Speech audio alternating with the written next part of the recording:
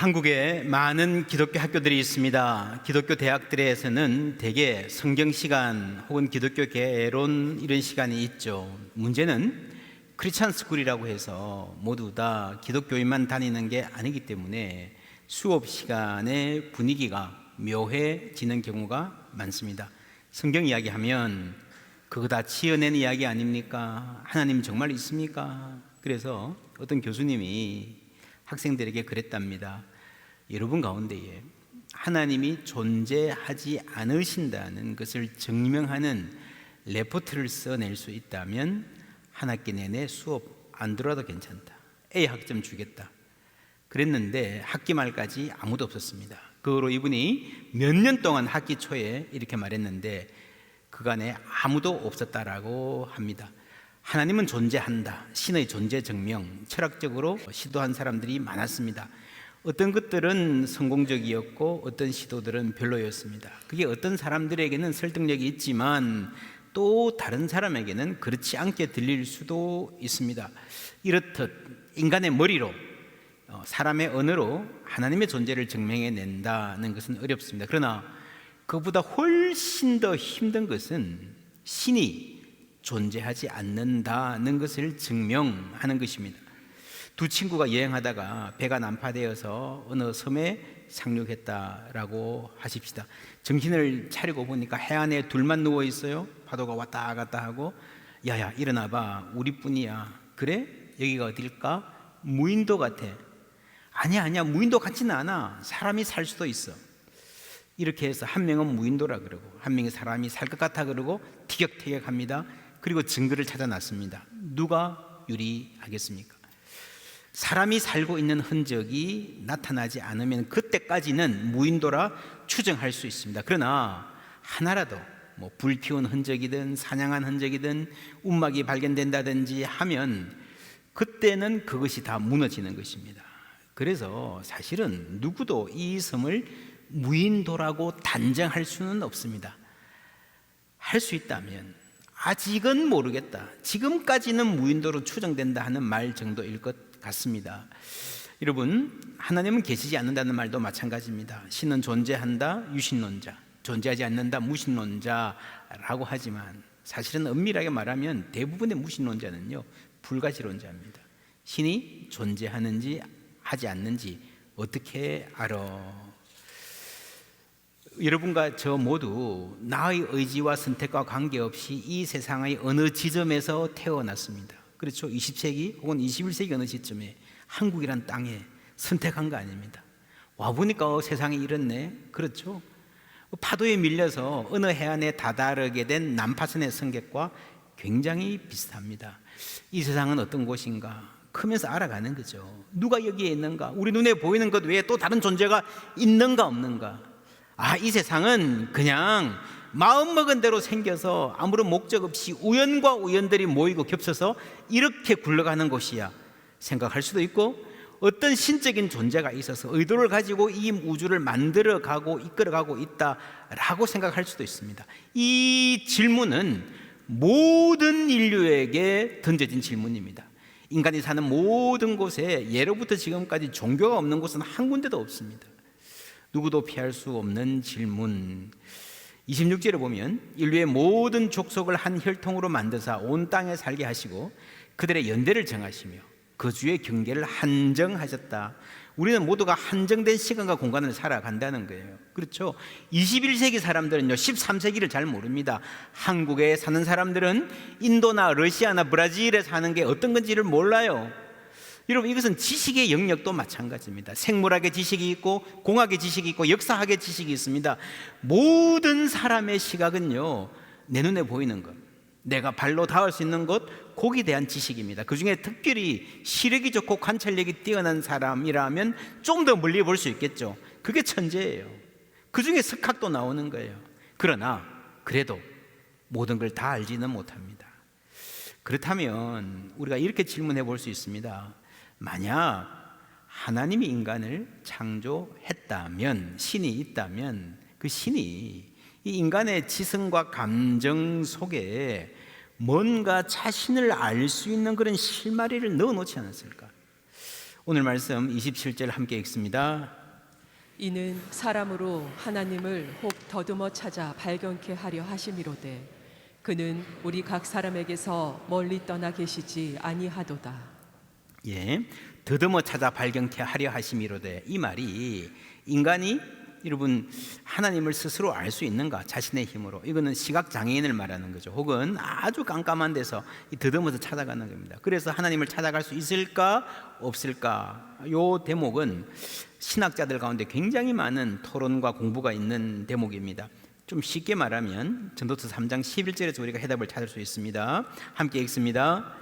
하나님이 모든 것을 지으시되 때를 따라 아름답게 하셨고 또 사람에게 영원을 사모하는 마음을 주셨느니라. 그러나 하나님의 하시는 일의 시종을 사람으로 측량할 수 없게 하셨도다. 예. 하나님이 하시는 일의 그 시종, 처음과 끝을 사람이 측량 어디까지다 알 수 없는 건 당연하죠. 하나님 그만큼 크신 분이니까, 영원한 분이니까. 또 그런데 알 수 없지만 사람에게 뭐가 있는가 하면요, 영원을 뭐하는? 사모하는 마음을 주셨다 그랬어요.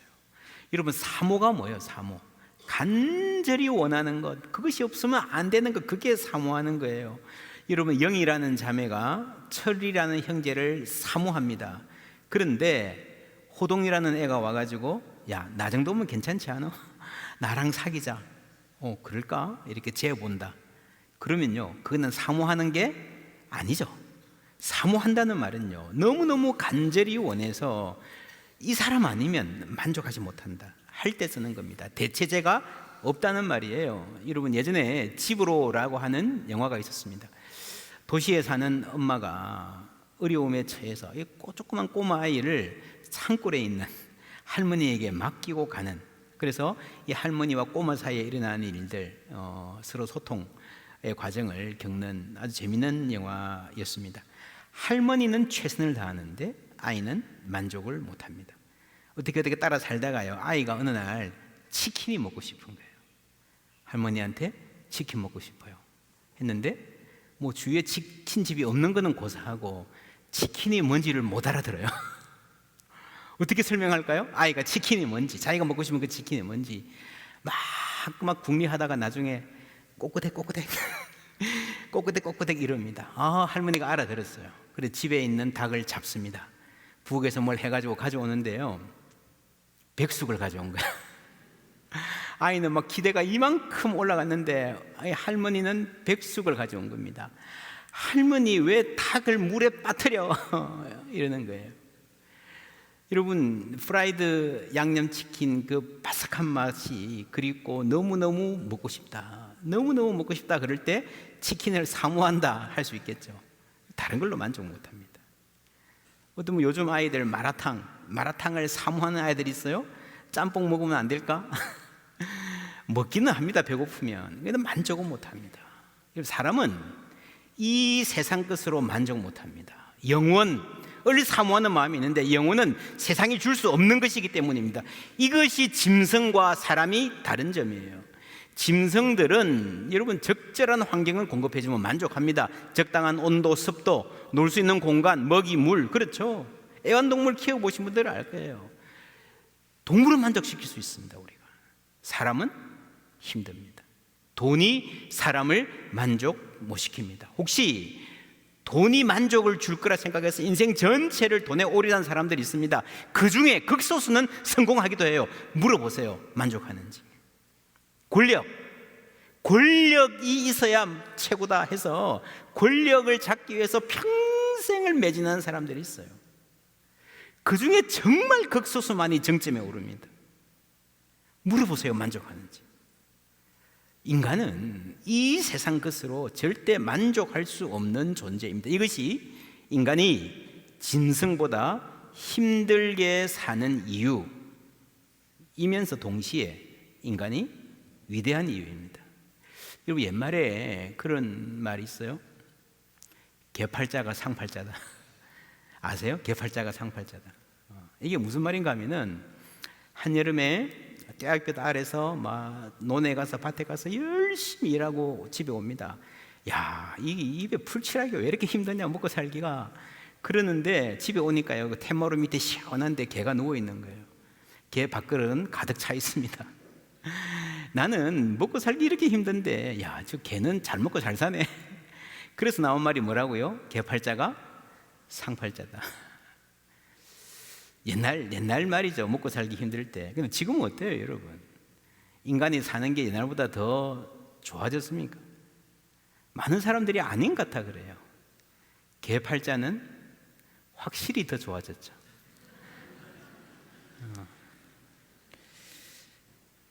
그러나 사람들은 개가 되기를 원하지 않습니다.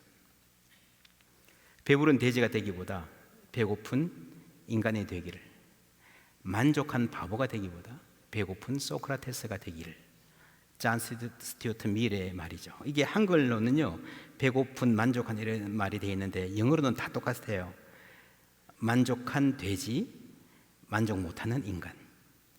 만족하는 바보, 만족 못하는 소크라테스. 다 똑같은 말이에요. 똑같은 말.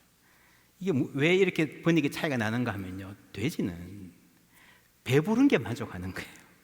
그렇죠. 인간은 배 부르다고 해서 만족할 수가 없다는 겁니다. 아마데우스라는 영화 아시죠? 모차르트 이야기입니다. 이쪽 포스터 맨 위에 있는 심각한 남자는 살리에리라고 하는 음악가죠. 아주 탁월한 사람이었습니다. 베토벤, 슈베르트, 리스트가 이 사람에게 배웠습니다. 천재예요. 그런데 이 사람이 불행했던 것은요, 단 하나, 모차르트와 동시대 사람이었기 때문입니다. 모차르트의 이름이 막 알려질 때에 궁정 악장이었습니다. 최고 중에 최고 메스터였죠. 아마도 이 살리에리가 모차르트보다 후배였으면요, 좀 괜찮았을지도 몰라요. 내가 대선배인데, 최고인데, 모두가 나를 존중하고 우러러봤는데 그 관심이 모차르트에게 옮겨가니까 힘든 거예요. 이 영화에 아주 유명한 대사가 있습니다. 하나님이 모차르트의 음악을 들을 수 있는 귀는 나에게 주셨는데 모차르트 같이 작곡할 수 있는 재능은 주지 않으셨다. 그래서 너무 괴로운 거예요. 여러분, 들을 수 있는 귀가 없다면, 요즘 말로 막귀라면 그렇게 힘들진 않을 거예요. 내가 들어보니까 모차르트의 음악이 너무너무 훌륭한 거예요. 그는 너무도 분명히 아는 거예요. 그런데 나는 그런 음악을 만들 자신이 없는 거예요. 바로 이 딜레마가 모든 인간이 처한 딜레마를 잘 설명해 줍니다. 인간은 짐승과 다르게 이 세상 위에 다른 것, 영혼을 사모하는 마음이 있어요. 뭔가 다른 것이 있어야 된다는 걸 압니다. 그러나 스스로 그 영혼을 알 수도 없고 확보할 수도 없습니다. 그래서 고통스러운 거예요. 하나님이 없다 그러면서도 뭔가 한쪽에 텅 빈 느낌을 지울 수 없는 거예요. 오늘 말씀은 바울이 아테네, 그리스의 아테네에서 설교한 내용입니다. 세계 역사상 가장 수준 높은 지성의 도시, 철학의 도시, 심오한 문화를 건설했던 도시입니다. 그런데 이 도시에 가서 바울의 반응이 어땠는가? 16절부터 읽습니다. 바울이 아덴에서 그들을 기다리다가 그 성에 우상이 가득한 것을 보고 마음에 격분하여 회당에서는 유대인과 경건한 사람들과 또 장터에서는 날마다 만나는 사람들과 변론하니. 지성으로 명성이 높은 도시인데 정작 가보니까 우상이 가득한 거예요. 바울이 회당에서 장터에서 만나는 사람들과 붙잡고 변론합니다. 이 장터라는 말은요, 이 그리스로 아고라라는 말이에요. 아고라가 이 그리스의 장터였는데, 소크라테스 여러분 아시죠? 한 400년 전에 이 그리스의 아테네의 마켓플레이스, 아고라에서 지나가던 청년들 붙잡고, 여보게, 자네 진리가 뭐라 생각하는가? 자네 인생이 뭐라고 생각하는가? 자네는 왜 사는가? 이렇게 질문을 하던 할아버지, 소크라테스였습니다. 여러분, 철학은요, 질문하는 힘에 있습니다. 철학의 도움을 받아서, 철학적 사상가의 도움을 받아서 내 질문을 하는 거예요. 내 문제를 내가 붙잡고 실험할 줄 아는, 그게 진짜 철학입니다. 그렇지 않고 어떤 다른 철학자가 내놓은 대답, 이론, 그거 달달 외워서 아는 척 하는 것이 그게 철학이 아니에요. 인생에 대해서, 세상에 대해서, 진리에 대해서, 삶의 의미에 대해서 질문할 줄 아는 사람, 그 질문을 붙잡고 스스로 실험할 줄 아는 사람이 철학자입니다. 바로 그 거리, 이 질문의 거리에 이제는 바울이 있습니다. 바울이 사람들을 붙잡고 질문하고 진리에 대한 얘기를 합니다. 이때 아테네의 상황, 지적인 상황 21절 함께 읽습니다. 모든 아덴 사람과 거기서 나그네 된 외국인들이 가장 새로운 것을 말하고 듣는 것 이외에는 달리 시간을 쓰지 않음이더라. 달리 시간을 쓰지 않는다 할 정도로 뭔가 새로운 것에 목말라 있습니다. 뭔가 좀 다른 게 없나? 뭐예요? 기존의 것이 모자란다는 거예요. 그렇죠? 그들에게 소크라테스가 있었고요, 플라톤, 아리스토텔레스가 있습니다. 오늘 말씀에 나오듯이 에피큐르스 학파, 스토아 학파, 수많은 스승들이 있었습니다. 그 위대한 철학자들이 주옥 같은 가르침을 베풀고 제자를 양성했어요. 수백 년이 지났습니다. 그런데 그들의 후예들이 바로 그 아테네 거리에서 아직도 뭔가 새로운 것을 찾아 헤매고 있다는 거예요. 만족이 없다는 거예요. Dissatisfied Socrates, 불만족한 소크라테스. 여러분, 근세에 와서 스튜어트 밀까지 말하잖아요. 이 수천 년을 내려온 이 이미지, 불만족한 소크라테스. 이게 우연이 아닙니다. 여러분, 사람에게 고상한 목표는 있어요. 그런데 만족은 없어요. 진리에 대한 갈구는 있어요. 그러나 확신을 주는 진리는 없습니다. 이 인생이 이게 다가 아닐 거라는 것은 어렴풋이 알지만 그러면 이것이다 라고 말할 수 있는 사람이 없다는 거예요. 그들의 불만족과 목마름, 갈망을 보여주는 최고의 정점은 23절에 나옵니다. 함께 읽습니다. 내가 두루 다니며 너희가 위하는 것들을 보다가 알지 못하는 신에게라고 새긴 단도 보았으니 그런즉 너희가 알지 못하고 위하는 그것을 내가 너희에게 알게 하리라. 그들은 신이 있다는 걸 알았습니다. 생각했습니다. 누구나 다 그렇게 생각했습니다. 그 신을 경외하고 싶었어요. 근데 어떤 신을 경외해야 되지? 너무 많은 신이 있는 거예요. 여러분, 올림푸스 산에 주신만 해도 12신이 있습니다. 그 외에도 수없이 많은 신이 있어요. 우리 눈에 보이는 것이 다가 아닌 것은 분명한데 신이 있는 것 같은데 어떤 신이지 모르겠어요. 그래서 여기도 만들고 저기도 만들고 이 신 저 신 막 만들다가 나중에는 안 되니까 뭐라 그랬어요? 알지 못하는 신에게. 이거 얼마나 웃기는 이야기입니까? 얼마나 슬픈 현실입니까? 얼마나 답답한 상황입니까? 이 답답한 상황에 있는 사람들에게 바울이 너희가 알지 못하고 숭배하는 것을 내가 너희에게 알게 하리라 하고 차근차근히 가르쳐 줍니다. 24절 함께 읽습니다. 우주와 그 가운데 있는 만물을 지으신 하나님께서는 천지의 주제시니 손으로 지은 전에 계시지 아니하시고. 정말 천지를 지은 신이 있다면 인간이 지은 템플, 그 신전에 있겠느냐? 그렇죠. 어떤 건물에 갇혀 있는 분이 아니라는 거예요. 나아가서 인간의 어떤 개념, 하이데거가 언어는 존재의 집이라 그랬죠. 이 존재의 집 개념, 언어 안에 하나님이 가두어져 있지 않다라는 거예요. 그런 점에서 누구도 신이 있다 증명할 수 없습니다. 그럼 지금 바울이 말하는 것은 뭐냐? 증명이 아니고요, 증거예요. 증거. 여러분, 열이 나는데 약을 먹을까? 아스피린 하나 갖다 놓고요, 그 아스피린의 효과를 여러분 분석하고 설명해서 증명할 수 있습니까? 그 화학적 성분, 몸에 작용하는 의학적 설명, 그 효과를 증명할 수 있습니까? 우리는 못합니다. 그러나 여러분, 증거할 수는 있습니다. 내가 먹어보니까 낫더라. 여러분, 그게 증거하는 거예요. 여러분, 사도행전의 증인들은 전부 다 증거하는 사람들입니다. 하나님이 하신 일이 있습니다. 그걸 봤습니다. 십자가에 못 박히신 예수가 부활하셔서 우리 가운데 계셨던 것, 함께 밥 먹고 얘기했던 것 우리가 보았다, 만졌다. 그리고 오늘도 그분의 능력이 우리 가운데에, 우리가 예배할 때, 우리가 말씀 들을 때에 역사하고 계십니다. 그걸 증거하는 거예요. 증명이 아니라. 여러분, 인간이 하나님을 알 수 있는가? Yes and no입니다. 증명할 수는 없지만 증거했던 사람은 많습니다. 27절 다시 읽습니다. 이는 사람으로 하나님을 혹 더듬어 찾아 발견케 하려 하심이로되 그는 우리 각 사람에게서 멀리 떠나 계시지 아니하도다. 아멘. 멀리 떠나 계시지 않도다. 하나님 멀지 않다. 무슨 말이에요? 몇 킬로, 몇십 킬로, 몇 광년일까요? 그런 이야기 아닌 거 알잖아요, 여러분. 그죠? 옛날에 한국 드라마나 영화 보면 가끔씩 그런 얘기 나옵니다. 아빠가 사고 쳐서 혹은 아빠가 무슨 일이 있어서 외국에 가든지 돌아가시든지 혹은 교도소에 갔습니다. 그럼 철 모르는 아이가 아빠를 찾잖아요. 엄마한테 물어보면 우리 아빠 어디 갔어? 그러면요, 멀리 갔어. 먼 나라에 갔어. 그런 장면 많이 나왔던 것 같아요.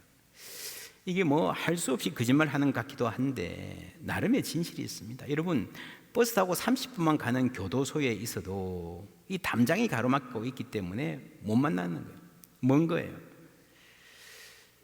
여러분, 그런데 먼 나라 가셔서 한번 생각해 보세요. 이거 자체가 옛날 이야기예요. 요즘 같은 세상에 먼 나라가 어디 있습니까? 우리 아빠는 아프리카 계신데 집에 일이 있으면 내일 와, 내일. 그렇잖아요. 내일이 하루면 옵니다. 거리가 멀어서 먼 곳은 없어요. 비자가 없어서 못 가고 비행기 싹시 없어서 못 가고 어떤 상황이 있는 거지. 그리고 결정적으로 먼 것은요, 여러분, 마음이 없다는 겁니다. 마음이 멀면요 못 만나는 거예요.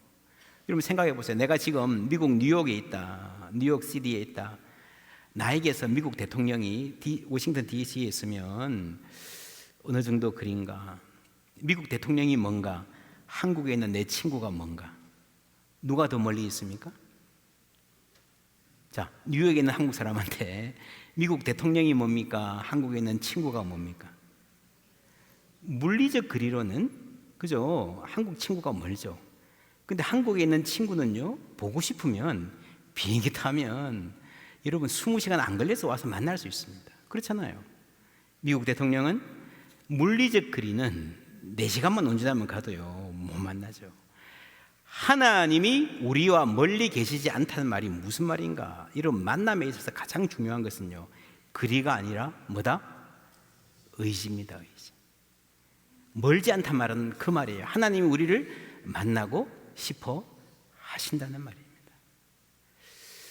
뭐든지 이런 만남이 성사되려면요, 가장 중요한 것은 당사자들의 의지예요.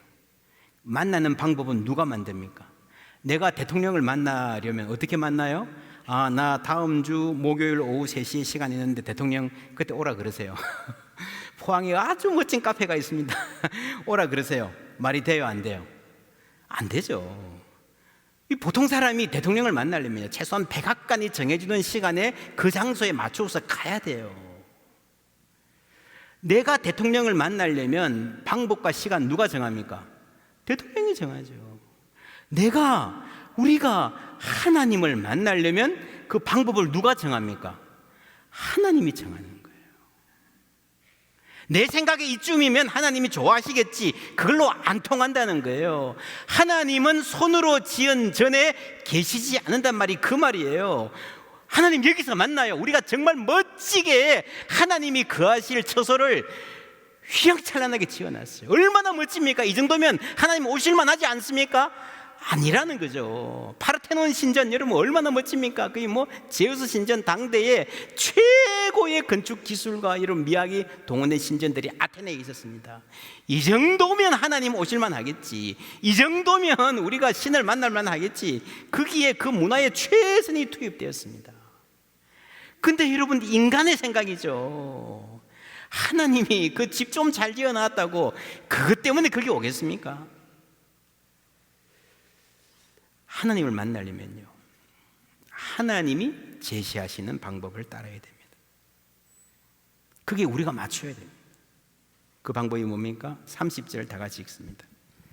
알지 못하던 시대에는 하나님이 허물치 아니하셨거니와 이제는 어디든지 사람을 다 명하사 회개하라 하셨으니. 이게 하나님의 방법입니다. 다 명하사 뭐 하라고요? 회개하라.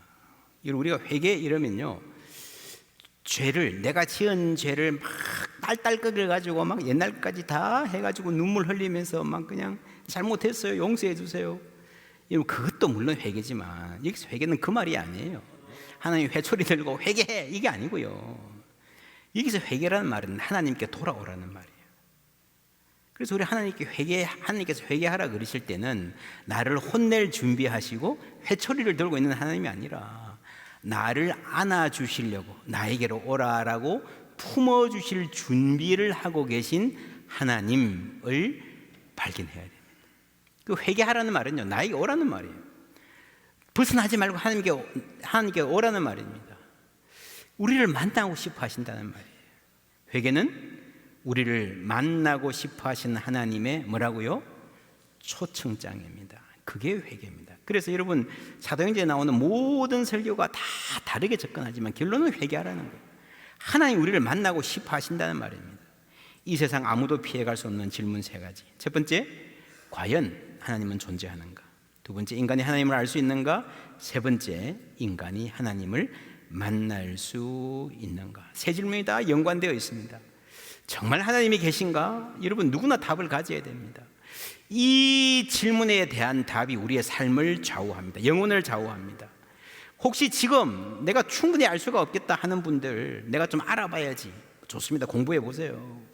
탐구해 보시고 책도 보고 뭐 유튜브도 보고 해보세요. 어떻게 될까요? 제가 예언합니다. 내가 내 지성으로 탐구해 보고자 여러분 그 길로 가신다면요, 결국에는 아직은 잘 모르겠다 하면서 죽을 것입니다. 결론은 분명합니다. 그 후에 무엇이 있습니까? 말씀 읽습니다. 31절 말씀 함께 읽습니다. 이는 정하신 사람으로 하여금 천하를 공의로 심판할 날을 작정하시고 이에 저를 죽은 자 가운데서 다시 살리신 것으로 모든 사람에게 믿을 만한 증거를 주셨음이니라 하니라. 아멘. 심판 그리고 증거라는 말이 나왔죠. 반드시 심판날이 있습니다. 우리 보는 이 생이 끝나고 나면 반드시 모든 사람이 하나님 앞에서 심판받을 것입니다.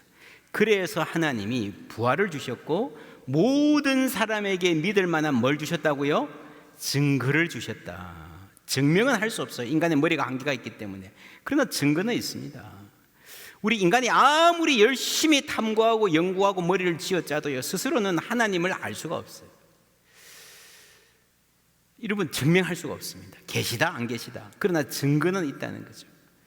이 성경이 말합니다. 무덤에서 부활하신 예수님, 십자가에 달려 돌아가신데 부활하셨다. 우리가 친히 보았다. 우리가 친히 그 말씀을 들었다. 그리고 그들이 목숨 걸고 이 복음을 전했습니다. 그것이 여러분 우리가 오늘 듣고 있는 이 복음입니다. 그게 증거예요. 여러분, 내가 머리에 열이 나는데 이 약을 붙잡고 아무리 들여다봐도 이 약이 생긴 게 낫게 생겼는지 안 낫게 생겼는지 알기가 힘들어요. 그렇죠? 어떡합니까? 열은 나는데 어떻게 되죠? 아는 방법이 없습니까? 있죠. 먹어보면 압니다. 먹어보면 낫는지 안 낫는지는 알아요. 근데 내가 잘 모르고 어떻게 먹어? 그래서 먼저 먹어본 사람의 말을 듣는 거예요. 그렇죠. 그게 증거입니다. 나는 이런 사람이었는데 예수를 만나고 나서 이렇게 변했습니다. 우리에게 구름같이 둘러싼 흐다한 증인들이 있으니 할렐루야. 그게 복음을 증거하는 거예요. 먹고 나면 알게 될 것입니다. 어떤 수준에서 알게 되는가? 28절에 우리가 그 하나님을 힘입어 살며 기동하며 있느니라. 이 3가지 동사 하나하나가 이 철학적 표현으로 당시의 철학적 신에 대한 추구에 대한 아주 중요한 답일 수 있습니다. 그런데 그거는 비상적인 레벨이고요. 사실 이 말씀 안에 개인적이고 고백적인 언어가 담겨져 있습니다. 내가 오늘 움직이는 힘, 내가 오늘 찬송하며 사는 힘, 내가 매일 기쁘게 순례의 길 행함은, 그렇죠? 주의 영이 함께함이라. 하나님이 살아계시기 때문에 그 힘으로 살아가는 사람들의 생생한 증언들이 증거가 있다는 거예요. 오늘도 살아계신 하나님. 1966년 4월 8일자 타임 매거진에 이런 표지가 나왔습니다. Is God dead? 몇몇 학자들이 당시에 그런 말을 했어요. 2차 대전 후에 계속해서 하나님은 죽었다. 여러분, 현대 사회가 참 묘한 면이 있습니다. 미국 사회가 특별히 그런데요. 센세이셔널리즘. 여러분, 몇몇 학자들이 좀 허접한 학자들이라도 자극적인 글을 발표하면요, 그게 신문에 실리고 기사가 됩니다. 그 사람들이 모이거든요. 별 내용이 없어도 신문이 팔리거든요.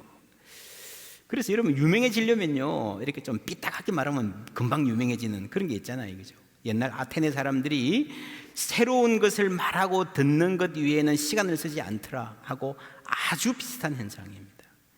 여러분, 수많은 사람들이요, 하나님이 살아계심을 확언하고 그 안에서 은혜 받고 그 이름을 높이고 그 이름으로 섬기며 사는데, 그거는 다 도외시하고 그냥 몇 사람들이 하나님은 죽었다, 그걸 기사를 쓰는 거예요. 현대사회가 그래요. 이 기사를 쓰면서 타임지 기자가 빌리 그레암 목사님 찾아갔습니다. 이런 말이 있는데 어떻게 생각하십니까? 하나님이 돌아가셨다고요? 저는 조금 전까지 그분과 함께 있었는데요 라고 말했습니다. 이런 빌리 그레암 목사님뿐 아니라 수많은 그리스도인들이 지금도 매일매일의 삶 속에서 하나님을 만나고 동행하고 살고 있는 줄 믿습니다. 지금 우리가 예배하는 이 자리에도 하나님 살아서 역사하십니다. 지금 말씀을 전하는 저나 아멘으로 받는 여러분 마음속에도 하나님이 계신 거예요. 지금도 일하고 계십니다. 혹 여러분이 아직도 하나님 잘 모르겠다 그러신다면, 지금 이 순간 내 마음을 노크하고 계실 수 있는 하나님을 향해서 마음을 여시기를 당부드립니다. 하나님은 나로부터, 우리로부터 멀리 떨어져 계시지 않습니다. 만날 수 있습니다. 내가 뭐 특별한 능력이나 열심을 기울여서가 아니라 하나님께서 우리 한 사람 한 사람을 만나기를 간절히 원하시기 때문입니다. 그리고 우리 마음 가운데에 영원을 사모하는 마음, 하나님을 그리워하는 마음을 하나님이 심겨주신 거예요. 아, 이게 그거구나. 내 마음이, 그래, 내 마음에 이런 생각들이 바로 그거구나. 누구든지 주께로 돌아오면 하나님 백성이 될 수 있고 그 안에서 살아갈 수 있음을 믿습니다. 그리고 오늘 바울이 그랬듯이 우리가 그를 힘입어 살며 기동하며 있느니라. 매일 아침에 일어날 때마다, 걸음을 옮길 때마다 하나님 주신 힘으로 살아가는 복된 우리 되기를 주님의 이름으로 축복합니다.